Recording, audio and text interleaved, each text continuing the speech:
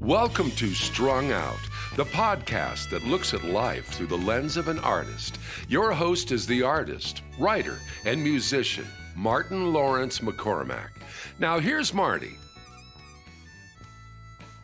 All right, well, welcome back to our second half of our podcast with Gerald Dowd, and we're going to jump right in, first of all, talking, because before we started recording, one of the things I am excited about was that Mark Garino came out with this book about Chicago. Great book, yeah. When it was, the old barn dance. People don't realize that Chicago for a long time really was the center of the Americana, or not even before Americana was named, but the country music universe. It came up here, and this was even before the folk time really took off in Chicago with John Prine and all those other artists. But what happened there was it went down to Nashville, and and with it took all that country music away from Chicago, and you ended up with the Grand Ole Opry. But it's wonderful that Garino noted that, and you were saying that he's noticing that there's a lot more songwriter activity going on and performance. And a lot of songwriter nights. So nights geared towards original songwriters creating new stuff.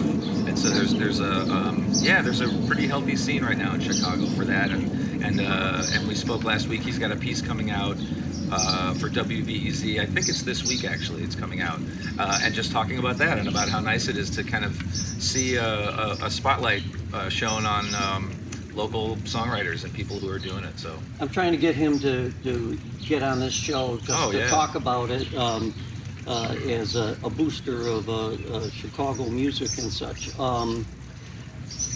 I would like you to play a song, and then once you're done, I would like to have you talk about your guitar, and then we have to get into what gets you motivated for writing music. Okay. So let's listen to a song by Gerald Dowd. What's this one? Pull one out of it. I'm putting him on the spot, by the way. I could do this. I'm usually a guy that writes a set list, but today I said I'm not going to do that. I'm going to go with the flow, without the net, much like the river over here. Right. Yeah. So I'll do another one, I guess, from my new record, and this is a song about a great Midwestern city. Some people say it's not Midwestern, but I would disagree. What? Tulsa, Oklahoma. Oh, Tulsa, Midwestern. Yeah. It's some people push back on that, but they're wrong. I'd say you got to go with the time zone. That's right, exactly. So here's. I'd say everything east coast. That's Ohio. You're pushing the limits on whether that's Midwestern. Right. All right. So what's it called? Tulsa. It's called Tulsa. Yeah. All right. I think I heard this on the radio, by the way. So this is a great tune. All right. Let's listen to Gerald Dowd play Tulsa. Morning flight, everything went right, smooth from gate to gate.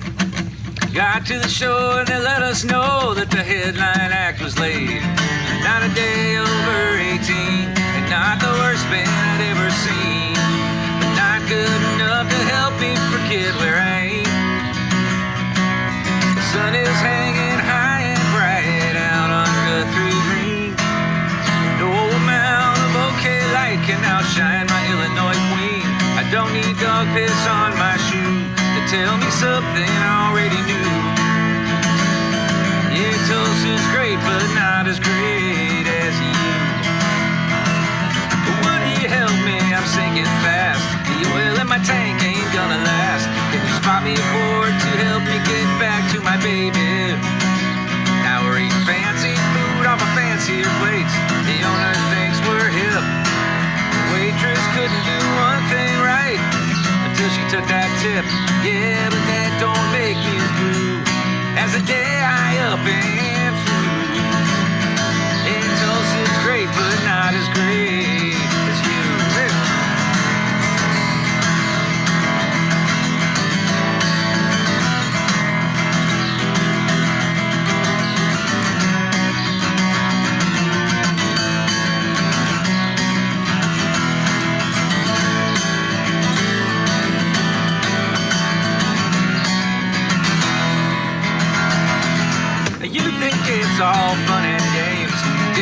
faces and other names. The fact of the matter is I'm counting the minutes till I get home. All in all, a pretty good day, so why am I feeling low down? There's a big white moon and soft white sheets, but you're in another town. Yeah, we could make this hotel bed sing, wear it down to its final spring. Yeah, Tulsa's great, but not as great without you. I say Tulsa's great, there's no debate. Yeah, it's great, but it's in another state. Tulsa's great till it takes me away from you. Oh, yeah, shaking that guitar. A toe tapper. That's great. Thanks. Let's jump right into songwriting because I got a lot of questions for you. But Okay. before we do that, how long have you had this guitar? Tell the audience about this guitar. Well, first I'm going to put out there, I know nothing about guitars. Almost literally nothing. This guitar, I bought this probably maybe 10, 11 years ago now, I think. Got it up at Guitar Works, Evanston's own. Yep. Shout out to them. Shout out to Guitar Works, one of the great guitar places anywhere. And so I got it from them. About 5 years after that, apparently there was something wrong with the neck of this particular guitar. So I got a brand new neck put on 5 years ago, and it made the guitar even nicer. So yeah, that's about all I can tell you. It's got 6 strings. It's got a really nice action though on it. I mean, it seems like it's very easy on the neck. Is it? It is, yeah. It's pretty low. I'm not a poster boy for guitar playing, but it feels really comfortable, and that's for me. That's the thing, and it sounds good amplified. It sounds good acoustic. So I needed something that kind of did both. So yeah. And for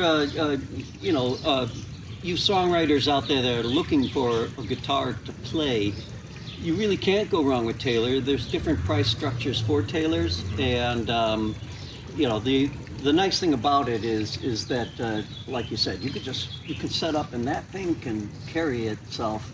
Yeah. It's super consistent all the time. You pull it out, it sounds great. So it's the 214C, I think. Mm-hmm. Yeah, the 214. So Taylor, there you go. And when you play, do you, in your mind, are you drumming along with it, or are you? Because do you consider yourself, I guess, primarily a drummer or a guitarist? a drummer for sure. Okay. And I feel like I play the guitar like a drum, kind of. Yeah. I like that. I think of this as sort of the hi-hat, and so, but again, to go back to Robbie Folks, I really sort of modeled my strumming style after him because he just has the, if you've ever seen him play, his hand, it just never stops. I mean, Yeah. it's just so solid and so consistent and so fluid. And so I really paid a lot of attention to the way he played guitar and kind of tried to model it. I didn't achieve that, but I tried to get as close as I could. That's really cool, and I think that goes back to a guy like Robbie, all those years doing that bluegrass. Oh yeah. Where it's just bluegrass is like you've got to have that wrist, no matter what instrument you're playing, and it has to have that consistency. That's probably the same thing that Brian Fitzgerald with picking up the mandolin with Jethro Burns. I think he has that super wrist, something I don't have, but it's a good thing to emulate. It is. It really is. I mean, and to do it to keep it loose, because you can't. Everybody knows you can't play fast if you're stiff. So you gotta, for the mid-tempo stuff, really work on playing loosely, keeping that wrist loose, and then when you start playing faster, then it's just easier to do. You don't start to tense up or choke up. With your drum playing, are you a Levon Helm kind of drummer in the sense that can you sing and drum, or how do you see yourself on stage with your band? If we were to come see you, are you fronting with the guitar or are you fronting with the drums? When it's my band, I play. Don't mention Levon because we'll spend the rest of the time on this podcast talking about Levon. There's my man right here. All right, let's hold that up again. Okay. I want to focus in on that. Okay. See? Well, we have something in common. I'm in love with the band. Oh, the band is the best. Levon is my hero in many, many ways. I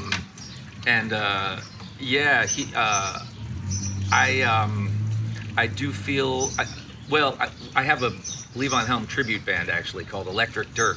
If anybody's interested, we haven't been playing much lately, but I think we're going to start to get out there a little bit more. But we played at Simon's every month for 6 years, and we just did anything that Levon touched. So that's, the band or Dylan or Neil Young or anything that he played on or sang on, is a fair game for us. So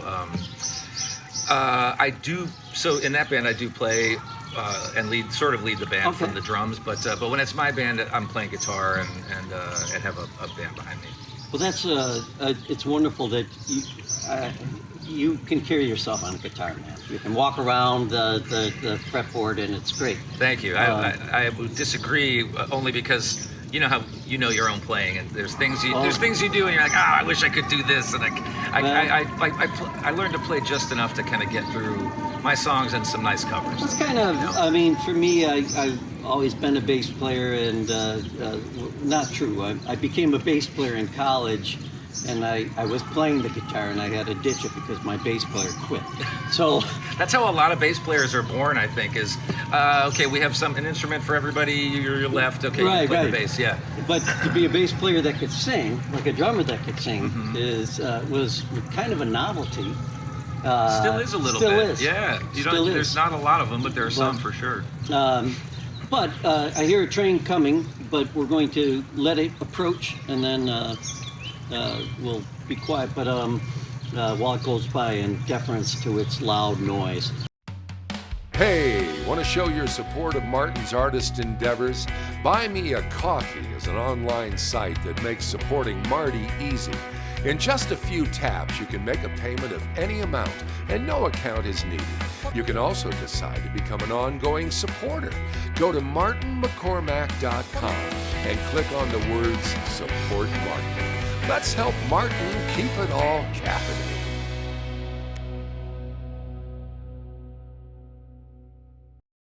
That's great. We're gonna sneak back in with that. Gerald was just talking about his 15-year-old son loving Levon Helm. I call him Levon. But the late great, and yes, I think the band is one of the quintessential go-to things for anybody that's trying to learn good American style, Americana, whatever you want to call it, folk music. Just what they did along with Dylan, it was magic. It is, yeah. Those records are, especially those first early records, are just untouchable. And again, talk about crossing genres. I mean, they played rock, there's jazz, there's country, there's blues, there's soul. It's like it's a dream. It's a dream genre. One of the first groups to really kind of do it effortlessly. That really, you knew them as the band, and you're right. I mean, they would go into Louisiana stuff and whatever, and here you have these Canadians, and one guy from Arkansas, which I always, in the back of my mind when I'm traveling, I always think of, now, how do these guys do this? Like traveling in their Cadillac with their trailer or whatever. It's great to read about the band, you aspiring songwriters, because they have a lot to tell you about just the amount of dedication you got to put to the craft. Which brings me to my question about your craft. Let's talk a little bit about songwriting in this section. How do you go about it? A lot of different ways. Sometimes things just pop into my head.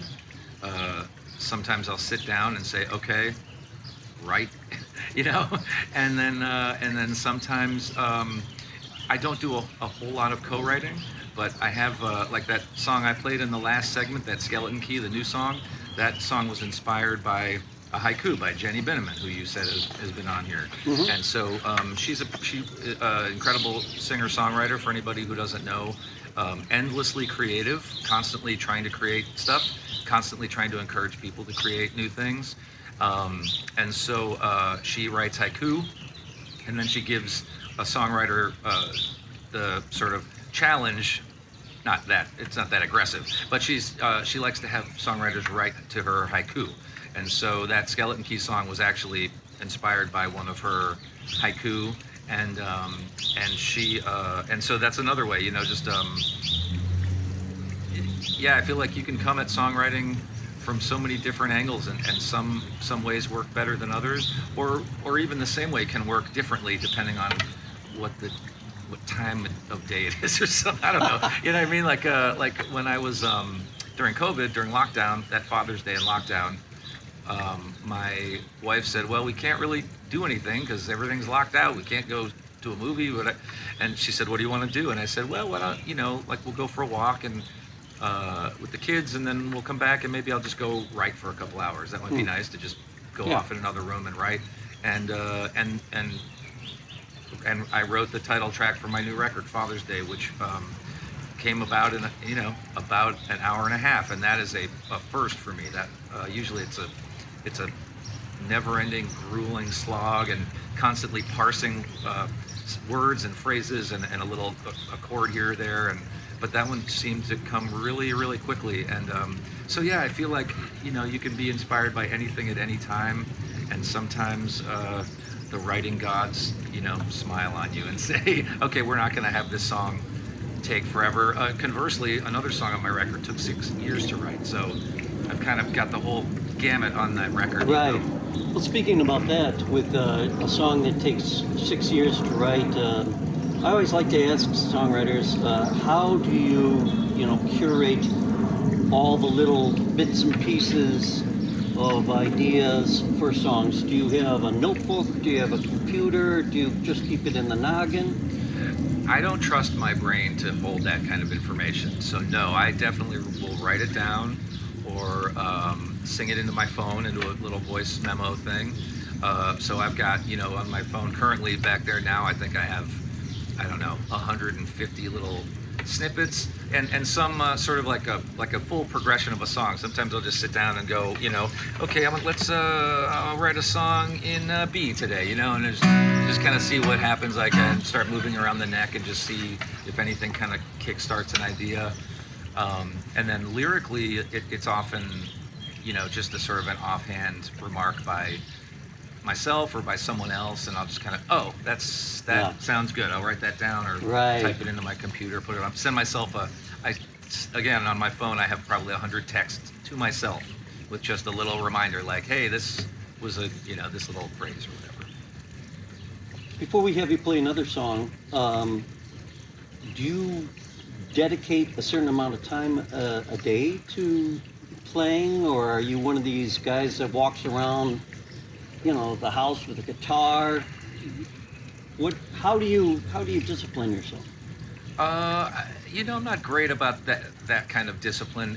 I do something every day at least. You just sit down, even just sing a song, whether it's mine or somebody else's, and just try to stay with the guitar and stay with performing, because it's still, I'm much more comfortable now leading a band than I used to be, but there's still, my memory can let me down sometimes. I'll forget a lyric, or I'll forget a chord or something, or play the wrong chord, and so I really feel like the more I stay in touch with kind of just doing some kind of playing or some kind of writing, that helps. And so and again, at least once a day, I'll try to sit down and just and pull up my voice memo and sing something, like come up with a line, come up with a melody, something, and put it down. And some days I get to do that for more than other days, but I at least try to do one little thing just to kind of keep the juices cooking.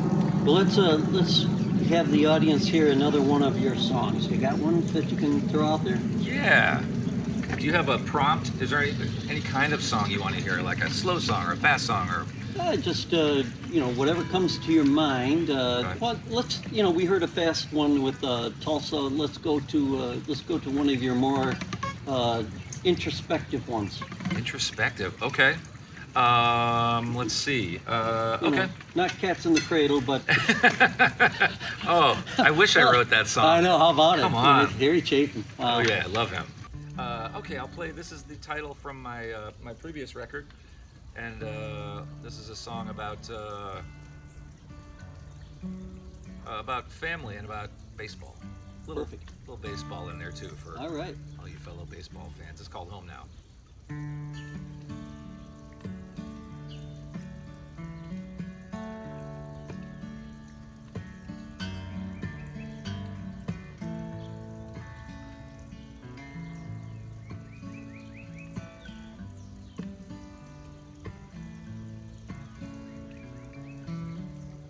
Shot down the third base line. Runner didn't see the sign. Head down, he ducks the tag, and the crowd roars.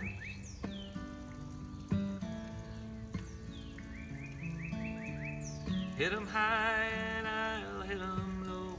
I'll follow you wherever you go. Never needed my shoulders, I had yours.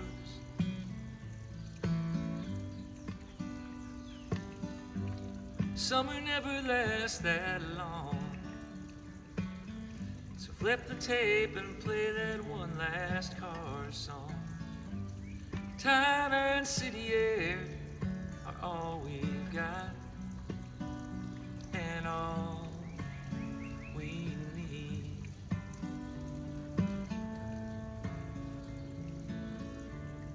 So spit the water from your lungs. Sure feels like fall's begun. Dock the boat and let's begin the long drive home. Home now.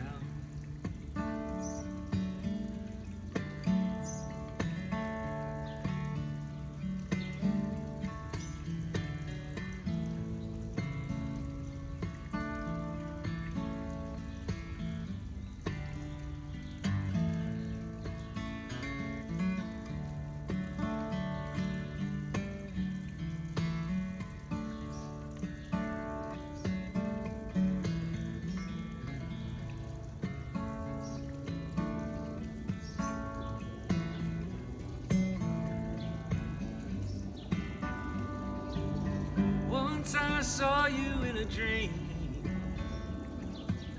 and I don't need anyone to tell me what it means. Can you find it in your heart to come back again? 'Cause it's been so long.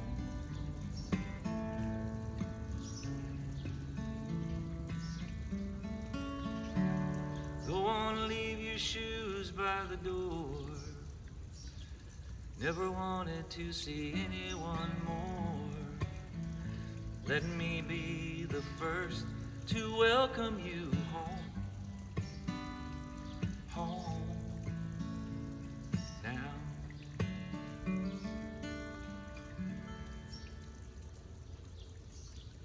Beautiful song. Thank you.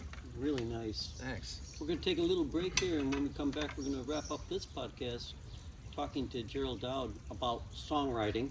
And as you can see, he knows how to write a song or two. You're on Strung Out. All right.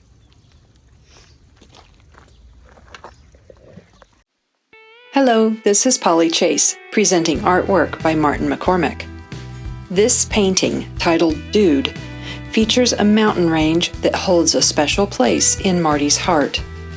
On the canvas, which measures 20 by 24, we see the Tetons rising in the hazy distance of a view from an abandoned dude ranch just outside Jackson Hole, Wyoming, near Marty's parents' old place. The cool blues and violets of the background complement the buttery yellow foreground.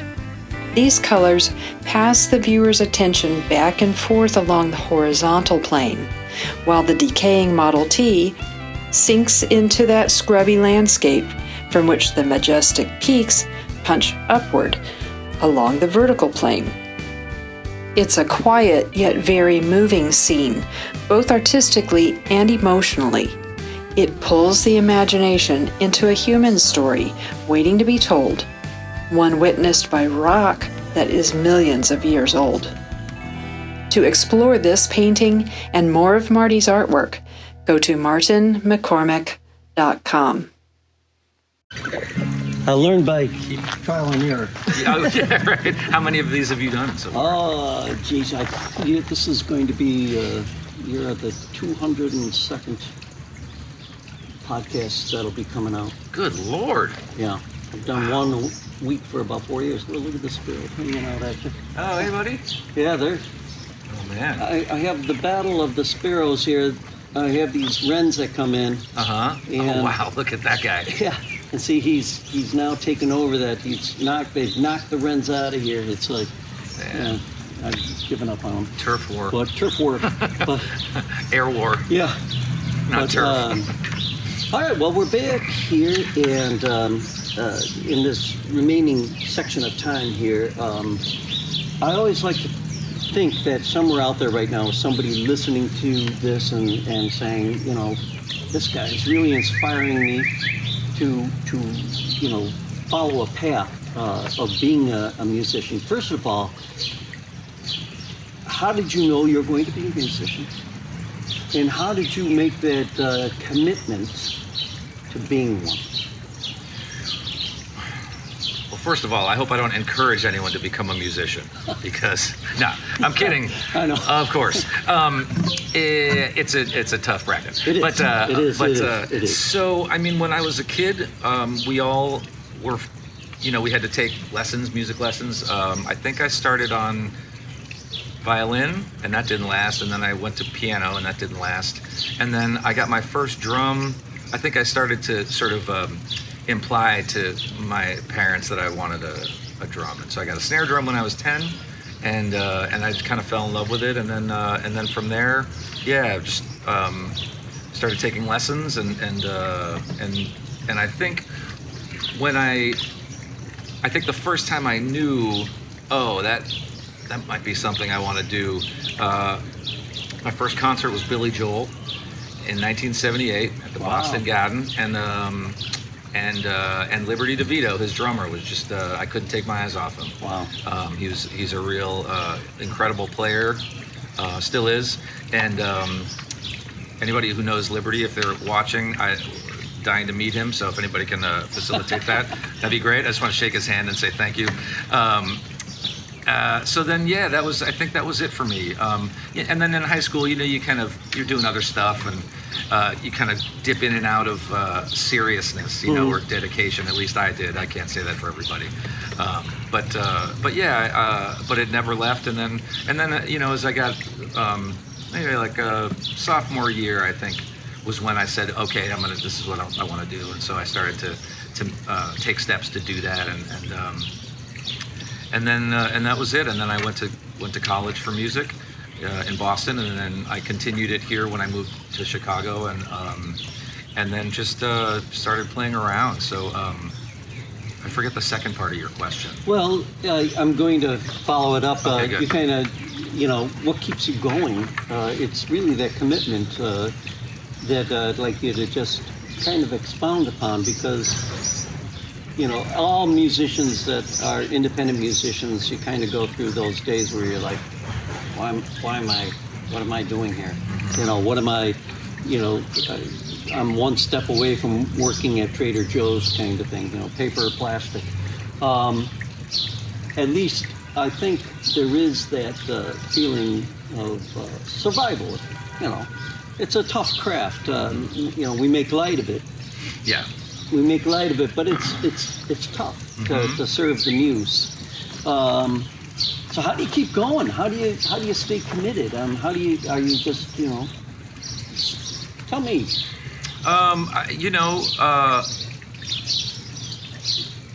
I've been lucky enough to play with a lot of people in town, a lot of great songwriters, and so that has kept me going for a really long time. You know, it's like working with creative people, and just, you know, I love music, and there's times I want to throttle it, you know, but I love it, and I always will, and I think, you know, certainly early on, times were a lot tougher. Things have gotten significantly easier, you know, 30 plus years into living in a musical environment in a community like Chicago, and so, you know, you can relax a little bit, but I don't know, you know, you could have the ratio of tough gigs to good gigs. The tough gigs have gotten less, which is great. That's always in it, but, you know, some of them still come up as for everybody. And when there's, you know, when it seems like, that was a rough gig, you know, like, what am I doing? Am I doing the right thing? Should I be something else? And but then you have something great happens, either at a gig or you stumble on a really nice thing for a song, or something like this where you just come and you play your songs outside and have a nice conversation. And I liken it to golf, where, you know, you could hack away for 7-8 holes, you know, and then you hit one tee off the tee, just one long straight 200-yard shot, and you go, oh, that felt really good. All right, I'm going to go back out there, and then, you know, you hack it up for another. But I feel like, kind of getting that one nice long straight shot can really keep you going, you know, and if you're looking for those, you find them more and more, I think. Yeah, I like that, and before you play one last song to finish this off, I want to follow up on that with a question to you. Therefore, how do you define success for Gerald Dowd? I think, you know, kind of what I'm doing, you know, playing with great people, playing great music, you know, getting to do some traveling and see the world, and you know, having family and being able to keep doing this. I mean, it's I think, you know, there's certainly levels of success, but it's all success, you know. It all kind of feels right, and so I think for me to keep feeling successful is to just kind of keep doing what I'm doing, keep writing, and try to keep getting better at that, and keep playing and try to keep getting better at that, and continuing to play with great people like you and other folks in Chicago and wherever, and being able to pay my mortgage. And pay your mortgage. Yeah. Well, I really appreciate that answer, because I think for aspiring musicians, the Taylor Swift's that end of that of the genre, or whatever you want to call it, is so remote to so many real journeymen and women out there making it happen. And I think you can make it happen. You can make it happen in the 21st century, with all these things arrayed against you to some degree. But you can make a living. You can, and I think in particular in Chicago, I think you can do it more easily than in other big cities. I think there's something about the livability of the city, depending on, you know, where you're living, and just trying to make your way through the business here in Chicago. I think it's a lot easier than other places. That's kind of partly why I moved here instead of New York, which is, you know, was 4 hours away from where I lived. And, but it just seemed like, you know, you could get by here, and not just get by. You could succeed. Well, I want to thank you for being on this podcast. Thanks, and Marty. We'll have to have you back again. Love to. Let's play us out with something. Play us out with something. Okay. Yeah, whatever you want to do. So that was introspective. Yeah. So let's we go the other way, maybe. Yeah, upbeat. Upbeat, a little upbeat. Okay, so this is a song, again, from my new album, Father's Day. And it's about a bad friend. Yeah, he's not a real supportive guy.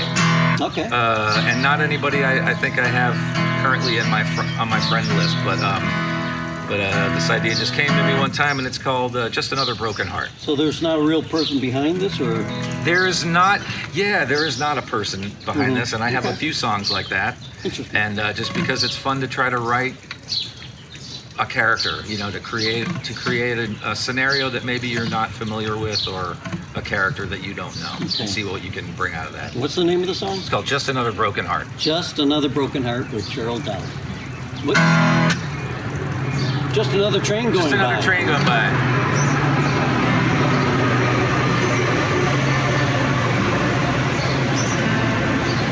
Yeah, it's pretty funny when I do. I always do a welcome to the show for the Mr. Marty show out here. Yeah, you gotta. I'm sure my neighbors probably think I'm nuts, because it's the same song every week. I was fiddling around with it for, Oh, like a theme song. Theme song. Yeah. Okay.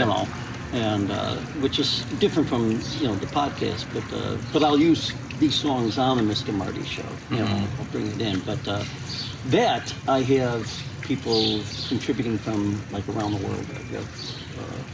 I have our ballroom player Takeshi Horiyuchi, who lives in Japan. He's a mountain climber quite a bit, and so I've got all this beautiful happiness in nature, that segment. Then I have a lady down in Australia that recites poetry. Oh man! So it's like an online artistic co-op. Right. Kind of the way I kind of envision it. I'm not making any money at it or anything like that. It's just kind of been a labor of love. All this stuff I've done for the most part. So it's a great thing. I'm terrible at listening to podcasts. I don't know why. The ones that I listen to I hear, but yeah, I got to dig into over 200. That's really impressive. There's a lot of crazy stuff on them, and you'll hear the Whiskey Lab, but that's I've got a reconstitute Whiskey Lab, but okay, we got to talk about that too. We'll talk about that. All right, you're on the team. All right, you're on the team. I like that. We're all going to have to wear lab coats. That's my only thing. Is that right? I think if we're going to do a video, I think it'd be funnier than hell. It's like the Seth MacFarlane thing of the Irish. Do you ever see when they're all in lab coats and they're like, we just we discovered later than something, transportation. Oh, brilliant, great. And then in comes a guy and says, hey, look at I just got this stuff. It's called whiskey. And they try and they're all beating the crap out of me. Yes. It's like I love it because it's like it's just so real. Here we are, Just Another Broken Heart with GERALD.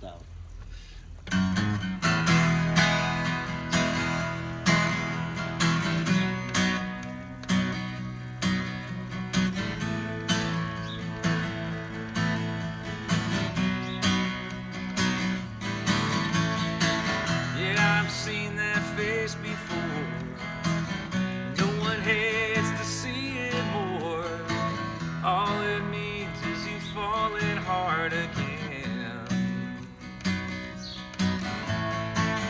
acting like it's all brand new.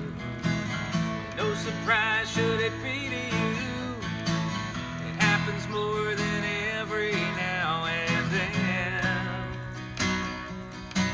'cause you think you're going through will leave you forever blue. Give it time. It's just another broken heart. Yeah, it's so familiar now. I'm waiting for you to tell me how you went from loving arms to just a friend. Always wear that white meat crown. Lord, I hate to see you down.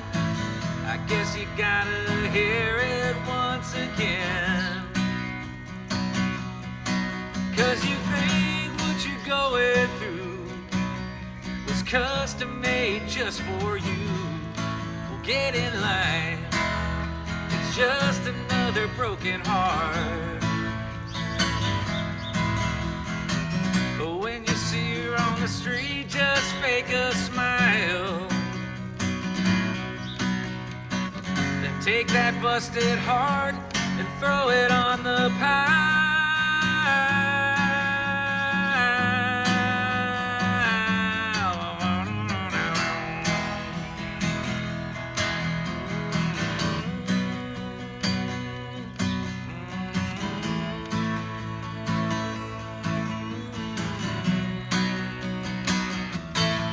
'cause you think what you're going through is the end of a love that's true. You'll be fine, 'cause it's just another broken heart. Yeah, I'll get in line. Just another broken heart. Oh.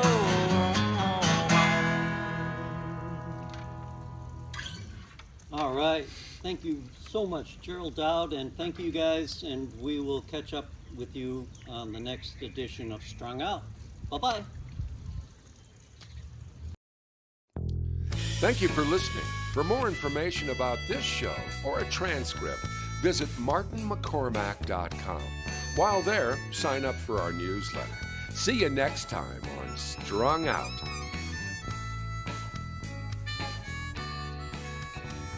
It's all so wrong, this pain we feel makes no sense at all. A swan song wasn't part of the deal, was no curtain call. Given no choice, given no step.